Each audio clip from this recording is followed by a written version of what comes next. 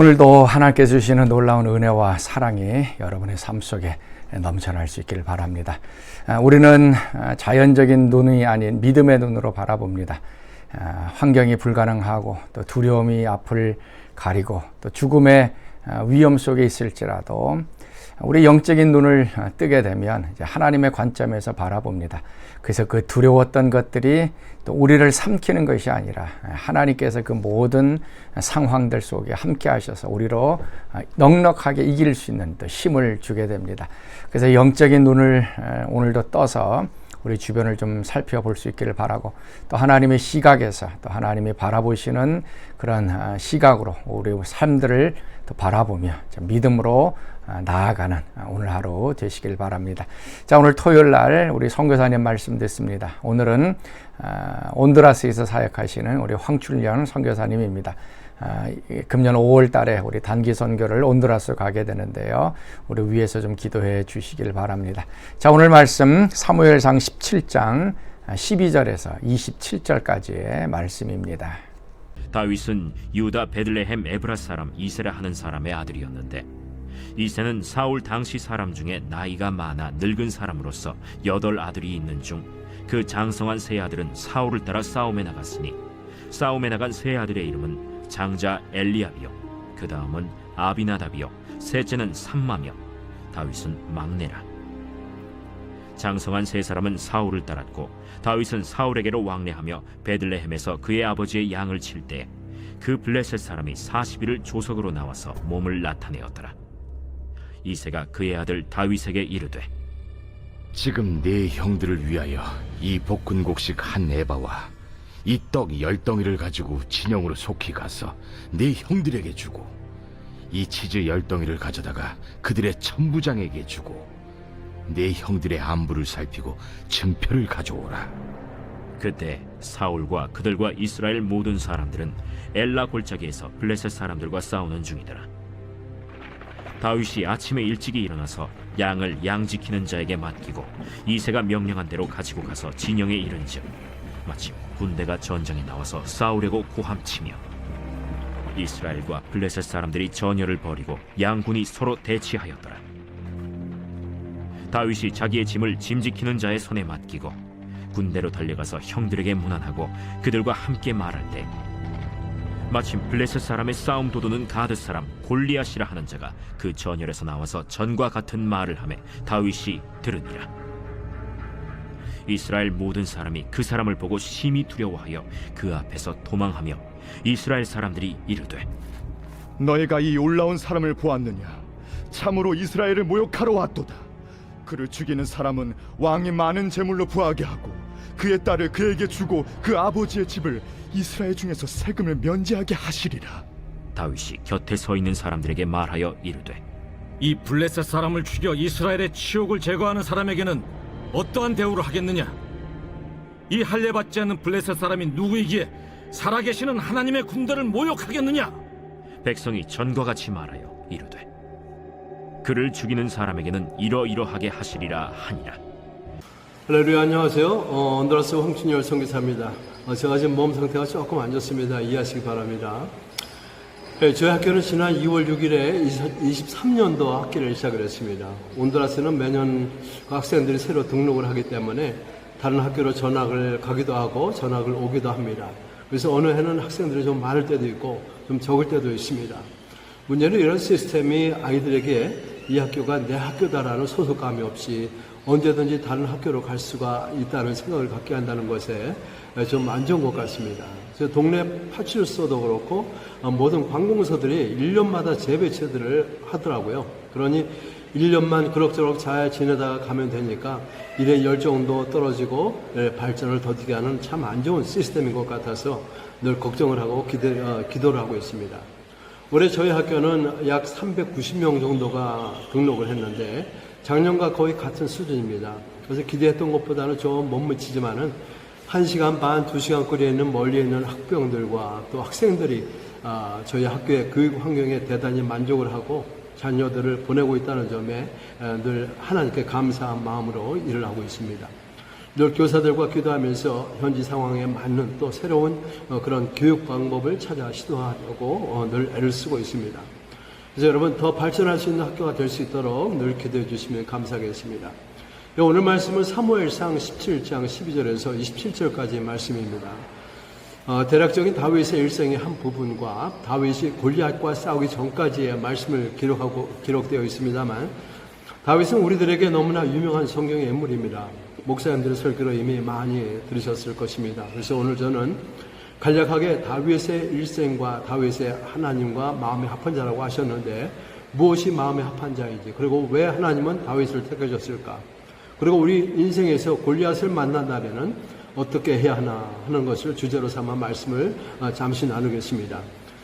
17장의 말씀을 보면은 다윗은 이새의 8번째 아들로 청년 시절에 양을 치는 목자라고 하면서 시작을 하고 있습니다. 그런데 16장에는 이미 하나님으로부터 기름 부은 자로 나와 있습니다. 그래서 조금 이해는 안 되는 부분이기도 합니다만, 잠깐 우리 16장의 내용을 보시면은 하나님께서 타락한 사울 왕을 보시고 슬퍼하시고 사무엘에게 베들레헴 사람 이새의 집으로 가라고 말씀하시면서 그 아들 중에서 한 왕을 보았다고 말씀하십니다. 그래서 사무엘이 이새의 집에서 첫 번째 아들부터 7번째 아들까지 만나보게 되었습니다. 모두 키가 크고 잘생기고 용모가 뛰어나서다고 합니다. 그런데 하나님께서는 용모와 신장을 보지 말라, 내가 이미 그들을 버렸다라고 말씀하십니다. 그리고 이제 마지막으로 사무엘은 양을 치고 있던 다윗을 불러 인터뷰를 하게 됩니다. 그런데 16장 12절 말씀에 그의 빛이 붉고 눈이 빼어나며 얼굴이 아름답더라고 이렇게 기록되어 있습니다. 이 말의 뜻은 총명한 눈과 잘생긴 외모와 당시 이 지방에서는 특별히 내면적으로 풍겨나오는 아름다움을 말하고 있다고 합니다. 아마도 다윗의 어린 시절은 앞에 7 형들 때문에 그리 크게 두각을 나타내지 못했을 것입니다. 그저 묵묵히 조용히 양을 치는 일을 배우고 책임을 다하는 청년이었을 것입니다. 때론 사나운 동물들이 습격을 해서 양들을 죽이거나 물어갈 때에 목숨을 걸고 양들을 지켜내었고, 한 마리의 양도 포기하지 않고 지켜내려고 했던 것 때문에, 그래서 그 아버지도 그 8 아들 중에서 다윗을 더 신뢰했었기 때문에 당시 양을 치는 일은 아주 중요한 일이었습니다. 그래서 다른 아들들보다도 다윗에게 늘 이 일을 맡겼을 것입니다. 그리고 하나님께서도 전심으로 양을 돌보는 다윗의 태도에 주목을 해 보셨을 것입니다. 그래서 다윗은 한마디로 충성된 종이었고, 포기할 줄 모르고 자기 몸이라도 던져 희생할 줄 아는 그런 사람으로 여기셨던 것입니다. 여러분, 다윗의 삶을 보면 아주 평범한 우리의 삶과 같습니다. 사울의 질투와 오해로 인해서 10년 동안이나 사울의 군대를 피해 도망자 생활을 해야 했고, 또 왕이 된 후에는 자신의 부하 우리아의 아내 밧세바를 아내로 차지하려고 우리아를 전쟁에서 죽게 만드는 아주 치명적인 죄를 지었던 사람이었습니다. 선지자 나단이 밧세바의 일로 책망을 했을 때 하나님 앞에 깊이 회개하며 응답했고, 결국엔 하나님의 심판을 온전히 받아들이게 되었습니다. 이것은 오늘날 이 시대를 사는 우리들에게도 다윗과 같은 일이 일어날 수가 있다는 의미에서 우리들에게 친근하게 다가오고 다윗으로부터 많은 교훈을 얻게 됩니다. 저도 7남매 중에 막내였었는데요. 바로 위에 형하고도 6살이나 차이가 나서 거의 클 때까지 형들과 같이 어울리지 못하고 혼자 조용히 어린 시절을 보냈던 기억이 있습니다. 특별히 4분의 형의 개성이 서로 다르고 강하기까지 해서 제 나름대로 형들로부터 배워야 할 것과 그렇지 않은 것들을 잘 구분했던 것 같습니다. 그리고 다윗은 특별히 하나님 마음에 합한 자라고 말씀하고 계십니다. 성경 어디에도 하나님 마음에 합한 자라는 말을 다윗 외에는 쓰지 않았습니다. 하나님 마음에 합한 자라는 것은 하나님의 마음을 추구하는 사람이고, 하나님의 마음을 이해하고 그 마음을 따르는 사람을 말합니다. 하나님의 뜻과 다윗의 뜻이 늘 잘 맞았고, 그래서 하나님께서 다윗을 굉장히 신뢰하셨었다는 것입니다. 여러분, 역대상 4장 10절에 보시면은 야베스가 하나님께 드리는 기도의 응답이 모두 다 그대로 되니라라는 그런 말씀이 있습니다. 이것은 네가 왜 필요하니, 무엇이 필요하니 묻지도 않으시고 지시하지 않으시고 그 기도에 즉시 응답해 주셨다는 것입니다. 야베스는 기도하는 사람이었기 때문에 하나님께서는 특별히 야베스를 무한 신뢰하셔서 기도를 잘 들어주셨다는 것입니다. 또 다윗처럼 하나님 마음에 합한 사람은 기도하기 전에 생각만 해도 기도를 이루어 주시는 하나님이십니다. 저도 학교나 교회에서 일하면서 제게 필요한 것을 요구하는 직원이나 교인들이 있는데요. 첫 마디만 듣고 그래 알았어 라고 말 한마디로 대답을 해주는 사람들이 있습니다. 더 물을 필요가 없는 것은 하나님을 늘 굉장히 사랑하고 기대를 저버리지 않는 사람들이기 때문에 그렇게 해줘도 제가 손해를 본 적이 한 번도 없기 때문이에요. 그리고 이제 마지막으로 정확히 기억은 안 나지만 제가 초등학교 시절이었는데요. 어느 날 동네의 작은 공장에서 밤에 도난 사고가 발생을 했습니다. 근데 그 다음날 아침에 공장장이 야간 경비원에게 내가 훔쳐갔지 바른 대로 말해 하면서 때리기 시작을 했는데 그 경비원 아저씨는 50이 조금 넘은 굉장히 왜소한 분이셨고 공장장은 이미 30이 조금 넘은 사람이었는데 체격도 크고 동네에서 아주 무서운 사람으로 소문이 나 있던 사람이었기 때문에 거의 30분 이상을 자기보다 훨씬 나이가 많은 사람을 때리고 소리를 지르는데도 많은 사람들이 구경만 하고 그 일에 휘말려 그 젊은 덩치가 큰 사람에게 봉변을 당할까봐 말리거나 말 한마디 하는 사람이 없었습니다. 그 당시 저는 너무 어려서 아무것도 할 수가 없었어요.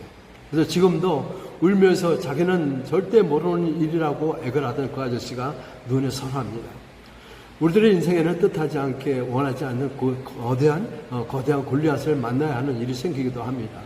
피해갈 수 있는 일도 있지만은 피해갈 수 없이 거대한 골리앗과 싸워야 하는 일이 생깁니다. 다윗은 어떠한 생각으로 골리앗과 싸울 생각을 했을까요? 다윗이 골리앗과 싸우러 나갈 때 다윗은 사울 왕이 준 갑옷과 칼을 거절했습니다. 왜냐하면 자기에게 익숙한 무기가 아니었기 때문이고 대신에 매끄러운 돌 5개를 골라 가지고 골리앗을 향해 나갔습니다. 그리고 다윗은 양떼들을 돌보며 사자와 곰을 상대로 양의 새끼들을 구했고 그것들을 쳐 죽인 경험들이 있는 어느 정도 싸움에는 훈련이 되어 있는 그런 청년 목동이었고 무엇보다도 다윗이 담대하고 자신 있게 골리앗에게 나올 수 있었던 것은 하나님께서 보호하실 것이라는 큰 믿음이 있었기 때문에 거의 3m에 달하는 거인에게 담대하게 소리 지르며 나가 결투하여 이길 수가 있었던 것입니다. 저도 선교사역을 하면서 거대한 골리앗을 만난 적이 몇 번 있습니다. 감히 상대가 안 되는 그런 거대한 그런 정도였었지만 그래도 하나님의 도우심으로 잘 참고 이겨낸 적이 있었습니다. 그래도 앞으로도 아마 또 만나리라 생각이 됩니다. 이제 두려워할 일이 없는 것은 믿음으로 흔들리지 말아야 하고 하나님 앞에 부끄럽지 않고 비겁한 일만 안 한다면 하나님께서 담대한 마음을 주실 것이고 그래서 담당히 싸워 이기리라 생각이 됩니다. 여러분 담대하시기 바랍니다. 감사합니다.